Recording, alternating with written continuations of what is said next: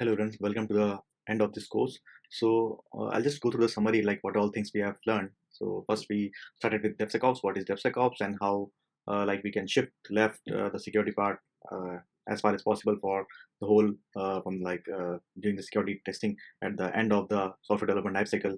And we just have seen like how we can include that as part of the SDLC and then shift more left as soon possible. And then we have seen like what are the organizations and projects which we generally follow or we should follow for making our systems and application more and more secure, where we discuss about OASP, CIS, CVE, CVSS, CWE, and CISA. Then we also covered the several testing tools and principles used in DevSecOps, which included SAST, SCA, DAST, pen testing, vulnerability assessment. We saw the demos on this part, like how we have implemented the SAST, SCA, DAST, etc.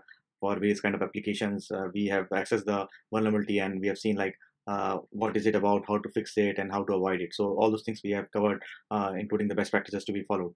Then we also learned like the fundamentals of Linux, because Linux is like runs almost 90% of the servers over the world. So it is important to learn Linux, and we have covered the basics here.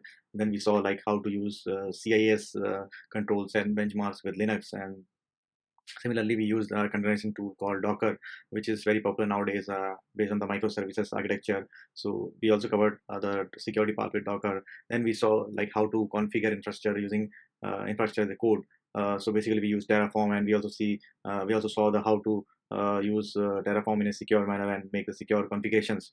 Then we learned about the most popular tool of CI/CD, which is Jenkins, and how to secure that and how to enable more and more security integrations with that part, like with the application as well as with the configurations part. Again, we started learning about pipelines, where we got to know all the basics of the pipeline, how to generate a pipeline using YAML. YAML is the most popular language, we could say, declarative language, which we use for all of the configurations of the infra nowadays.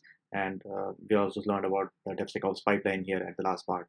So hope you have learned a lot, and this will enable you to enable DevSecOps in your company, organization, or application wherever you work. And thanks for joining the journey, and hope you have learned a lot. Now I would request all of you to drop a feedback for the course by providing the rating, which will help me to develop new courses if it really goes well.